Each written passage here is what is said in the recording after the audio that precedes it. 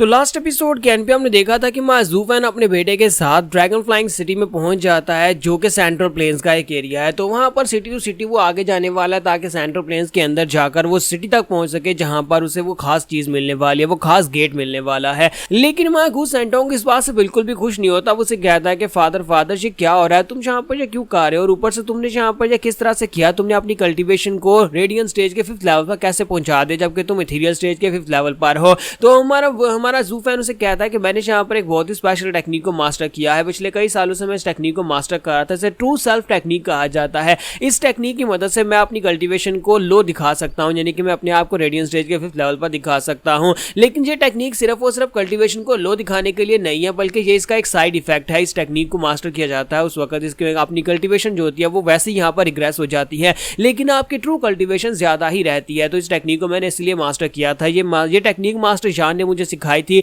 Master जान ने मुझे बताया था कि ट्रू डाओ को कैसे फॉलो किया जाता है, और उन्हीं के कहे के मुताबिक मैं यहाँ पर इस टेक्निक के साथ आगे की तरफ बढ़ रहा हूँ, और इसी वजह से तो मैं इथेरियल स्टेज के 5th लेवल पर पहुंच पाया हूँ, वरना मेरी कल्टीवेशन तो ब्लॉक हो चुकी थी और आगे नहीं बढ़ पा रही थी। ज़ूफेन कहता है कि मास्टर जान की वजह से मैं यहाँ पर ट्रू लाइट को देख पाया, क्योंकि यहाँ पर एक बुद्धा और एक डीमन के बीच में सिर्फ और सिर्फ एक ही स्टेप का फर्क होता है। आप वो स्टेप को पार करेंगे तो आप एक बुद्धा से डीमन बन जाएंगे, और मुझे लगता है कि मैं भी डीमन बनने के बहुत ज्यादा करीब पहुंच चुका था, और ये सब कुछ मास्टर जान की वजह से है कि मास्टर जान की मेहनत की वजह से मैं यहाँ पर एक डीमन की बजाय अब यहाँ पर एक स्टेबल इंसान बन चुका हूँ, जो कि डीमनिफिकेशन और साथ में बुद्धिज्म दोनों के बीच में है। तो गू सेंटोंग उसकी बातें सुनने के बाद से कहता है कि फादर मुझे एक बात की समझ नहीं आई कि तुमने अपनी कल्टीवेशन को कम कर दिया, लेकिन मेरे गले में ये बड़ा सा मेडल टाइप का लॉक क्यों डाल दिया है, इतना चमकदार गोल्डन कलर का मेडल मेरे गले में क्यों लटक रहा है, और ये साइज में इतना बड़ा क्यों है, इसकी वजह से मैं यहाँ पर अपने साइज को बड़ा नहीं कर पा रहा, मुझे एक बेबी बनकर रहना पड़ेगा। तो ज़ूफेन उसे कहता है कि देखो ना तुम यहाँ पर कितने प्यारे बच्चे हो, गोलू मोलू से एक प्यारे से बच्चे जिसे कोई भी देकर प्यार करना चाहता है, और ये एक बहुत ही खास किस्म का तावीज है। इस तावीज को तुम्हारे डैडी ने खुद अपने हाथ से बनाया है। इस तावीज को लॉन्गेटिविटी तावीज कहा जाता है, जिससे तुम्हारी हेल्थ और तुम्हारी जिंदगी बढ़ेगी। इसी वजह से मैंने ये तावीज तुम्हें पहनाया, और ऊपर से ये गोल्डन कलर का इसलिए ताकि लोगों को दूर से ही दिखाई दे। तुम यहाँ पर उड़ सकते हो और मैं तुम्हारी उड़ने की एबिलिटी को कंट्रोल नहीं कर सकता। इसी वजह से इस तावीज की मदद से लोग समझेंगे कि ये तावीज बहुत ज्यादा खास है जो तुम्हें उड़ने की शक्ति देता है, वरना एक बच्चे को तुमने कभी देखा इस तरह से उड़ते हुए? और ऊपर से जितनी स्ट्रेंथ तुम्हारे पास है, क्या तुम्हें लगता है कि यहाँ पर तुम इन सभी के बीच में शांत रह पाओगे? सभी लोग तो तुम्हें देखते एक मॉन्स्टर समझ लेंगे, और तुम्हारी मॉन्स्टर स्ट्रेंथ को इसी तावीज की मदद से ही छुपाया जा सकता है। इन सभी लोगों को पता चल जाता है कि तुम एक लिटिल मॉन्स्टर हो, तो तुम्हारे पर नजर रखना शुरू कर देंगे, जो कि हमारे प्लान के लिए बिल्कुल भी अच्छा नहीं है, और मैं नहीं चाहता कि वो तुम्हारे पर नजर रखे और तुम्हारी वजह से मेरे ऊपर नजर रखें। तो हमारा गू सेंटोंग कहता है लेकिन फादर चलो ये बात तो ठीक है, लेकिन तुमने इसको इतना बड़ा क्यों बनाया? ये ऊपर से गोल्डन कलर का दूर से चमकता हुआ दिखाई दे रहा है, तुम इसको थोड़ा छोटा भी तो बना सकते थे, मुझे यहाँ पर बहुत ज्यादा शर्मिंदगी हो रही है। ज़ूफेन उसे कहता है नहीं बच्चे, ये तुम्हारे पर बहुत ज्यादा क्यूट लग रहा है, मैंने इसी वजह से तुम्हें ये बड़ा सा मेडल दिया है ताकि दूर से देखने वाला उसे भी दिखाई दे जाए कि तुम्हारे गले में एक तावीज लटका हुआ है, और इसी तावीज की वजह से तुम यहाँ पर बहुत ज्यादा क्यूट भी लग रहे हो। ये हमारे प्लान के लिए बहुत ज्यादा अच्छा है, और ये तावीज तुम्हारी जान भी बचाएगा। जब भी कभी तुम मुश्किल में हो गए तो ये तावीज तुम्हारी जान बचाने वाला है। मैंने यहाँ पर इसका एक और मकसद भी रखा है कि ये तावीज पहनकर किसी को भी लगेगा कि तुम सिर्फ एक छोटे बच्चे हो। फर्ज करो कि हमारे पर अटैक हो जाता है, मास्टर शेनगोंग हमारे पर अटैक कर देता है, तो फिर क्या होगा? जब हमारे पर अटैक करेगा, मैं उससे फाइट कर रहा हूँ, वो तुम्हें बच्चा समझकर साइड के ऊपर कर देगा, लेकिन अचानक से तुम अपनी मॉन्स्टर स्ट्रेंथ के साथ उसके सर में एक पंच दे मारोगे, तो उसी वक्त उसे समझ आ जाएगी कि तुम यहाँ पर एक मॉन्स्टर हो, यानी कि ये प्लान काम करेगा। तुम यहाँ पर मेरे हिडन कार्ड हो, क्या तुम्हें समझ आ रही है? तो गू सेंटोंग उसे कहता है हाँ फादर, मुझे तुम्हारी सारी बात समझ आ गई, तुम एक ब्रिलियंट प्लानर हो, तुमने बहुत ही अच्छा प्लान बनाया है। अब बताओ कि हम कब उस बंदे से फाइट करने वाले हैं? तो हमारा ज़ूफेन उसे कहता है कि नहीं, हम लोग उस बंदे से फाइट ना ही करें तो ज्यादा बेहतर है। कहा जाता है कि इस पैलेस यानी इस जगह सेंट्रल प्लेन्स के इस एरिया का जो मास्टर है, मास्टर शेनगोंग, वो एक बहुत ही पावरफुल और स्ट्रॉन्ग इंसान है। वो खुद भी जेनेसिस स्टेज का एक्सपर्ट्स है,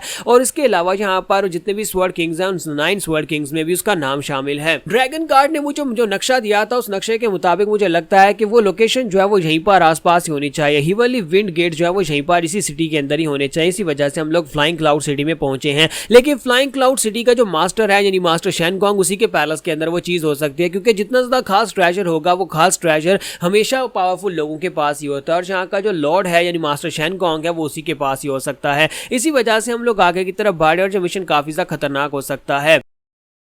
तो गू सेंटोंग उसे कहता है लेकिन फादर जी मिशन तो फिर और भी खतरनाक हो जाएगा ना, फिर हमें तो जाकर मास्टर शेनगोंग का मुकाबला करना पड़ेगा। तुमने कहा कि हम लोग मास्टर शेनगोंग का सामना नहीं करना चाहते, फिर हम लोग उसका सामना किए बिना उसके पैलेस में कैसे जाएंगे, वहां पर तो गार्ड्स की भरमार होगी। इसी वजह से मुझे लगता है कि हमें वहां पर जाना नहीं चाहिए, बल्कि हमें किसी और तरीके से उस जगह तक पहुंचना चाहिए। क्या तुम्हारे पास कोई और तरीका है? मुझे तो ड्रैगन ब्रेथ पिल के अलावा और कोई भी तरीका सूझ नहीं रहा। तो ज़ू फैन कहता है नहीं, मैं यहाँ पर ड्रैगन ब्रेथ पिल का यूज नहीं करूंगा। अगर मास्टर शेनगोंग से हमारी फाइट होती भी, मैं किसी ना किसी तरीके से उस फाइट को अपने मसले अपनी तरीके से हल करने की कोशिश करूंगा। मैं इस ड्रैगन ब्रेथ पिल को इसके ऊपर वेस्ट नहीं करना चाहता, क्योंकि आगे जाकर और भी ज्यादा खतरा आने वाला है। मास्टर शेनगोंग इतना स्ट्रॉन्गर नहीं है जितना सेंट्रल प्लेन्स के बाकी के मास्टर्स ज्यादा स्ट्रॉन्गर हैं। साथ ही ज़ू फैन उसे कहता है गू सेंटोंग, क्या तुमने इस बात को नोटिस किया है, जब से हम लोग ड्रैगन फ्लाइंग सिटी के अंदर आए तब से हमें यहाँ पर कोई भी गार्ड दिखाई नहीं दिया, यानी कोई भी गार्ड ना तो हमारे पास नजर रख रहा है ना ही हमारा पीछा कर रहा है। गू सेंटोंग उसे कहता है कि हो सकता है कि उन्हें यहाँ पर हमारे पास शक ना हुआ हो, हालांकि हम लोग वेस्टर्न लैंड से आए। तो ज़ू फैन कहता है ऐसी बात नहीं है, वेस्टर्न लैंड से आने वाले लोगों को वो कमजोर समझते हैं। क्या तुमने वहां पर दरवाजे के ऊपर गार्ड्स की बातें नहीं सुनी थी? उन्हें लगता है कि वेस्टर्न लैंड्स के लोग यहाँ पर आकर हमारा क्या ही उखाड़ लेंगे, इसी वजह से वो लोग कुछ ज्यादा ही एरोगेंट हैं। सेंट्रल प्लेन्स के लोग इतने एरोगेंट है कि वो लोग हमारे यानी वेस्टर्न लैंड से आने वाले लोगों के ऊपर नजर नहीं रखते और उन्हें इस बात से फर्क भी नहीं पड़ता कि अगर कोई स्पाई वहां पर से आ गया हो। लेकिन इसके पीछे एक और बात भी है। क्या तुमने वहां पर दरवाजे के ऊपर खड़े गार्ड्स की बातें सुनी थी? वो गार्ड्स बातें कर रहे थे कि मास्टर शेनगोंग ने बहुत सारे जेनेसिस स्टेज के एक्सपर्ट्स और हार्मनी राम के एक्सपर्ट्स को मार डाला, वो अपनी उनके एक्सपर्ट्स थे। इसका मतलब यह है कि इनके ऊपर अटैक हुआ था या फिर इनको किसी का खतरा है, कोई इनके ऊपर अटैक कर सकता है। इसी वजह से यहाँ पर ये लोग चौकन्ने हो चुके हैं। दरवाजे के ऊपर इंस्पेक्शन हो रही थी, इसका मतलब यह है कि इनके पास कोई ऐसी चीज है जिसको लेने के लिए कोई आने वाला है या फिर इनके ऊपर कोई अटैक करने के लिए आने वाला है। इसका मतलब यह है कि हमें यहाँ पर मौके का फायदा उठाना होगा। जब भी इनके ऊपर अटैक होगा तो इन सभी का ध्यान उस तरफ होगा, उस वक्त हम लोग पैलेस के अंदर घुस जाएंगे और जाकर अपना काम पूरा कर लेंगे। तो गू सेंटोंग कहता है तो फादर बताओ अगला स्टेप क्या होने वाला है? तो हमारा ज़ू फैन कहता है कि हमें बस जाकर किराए के ऊपर एक घर लेना होगा। तो वो लोग यहाँ पर एक किराए पर घर लेने के लिए जाते हैं। तो वहाँ पर जो ओनर होता है वो उनसे कहता है कि ये घर मैं सेल कर रहा हूँ, आपकी किस्मत अच्छी है कि जो मैं इसको काफी सस्ते दामों में सेल कर रहा हूँ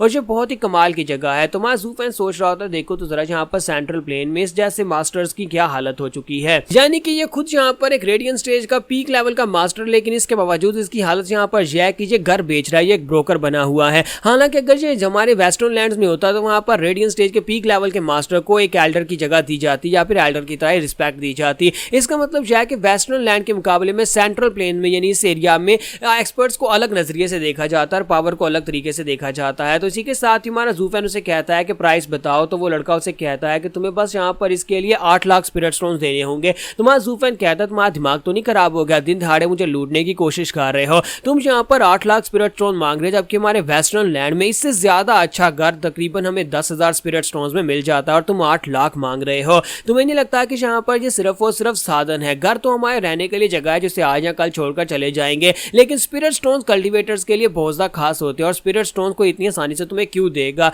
तो वो लड़का उसे कहता है कि मिस्टर तुम इस वक्त वेस्टर्न लैंड में नहीं हो, बल्कि इस वक्त तुम सेंट्रल प्लेन्स में हो और तुम्हें ये बात समझनी चाहिए कि सेंट्रल प्लेन्स में पावर अलग तरीके से काम करती है। तुम खुद ही इस बात को देख सकते हो कि मेरे जैसा एक रेडियंट स्टेज का एक्सपर्ट यहाँ पर घर बेच रहा है। इसका मतलब यह है कि यहाँ पर रेडियंट स्टेज और एथीरियल स्टेज के लोगों की कोई वैल्यू ही नहीं है, उनकी कोई औकात नहीं है। यहाँ पर हर एक चीज तुम्हारे वेस्टर्न लैंड से बहुत ज्यादा अलग होने वाली है, इसलिए तुम्हें अगर यहाँ पर रहना है तो फिर इसकी आदत डालनी होगी। तो यहाँ पर हमारी एपिसोड 761 का एंड करेंगे और बाकी का चैप्टर हम लोग अगली एपिसोड के साथ मिलाकर कंटिन्यू करेंगे।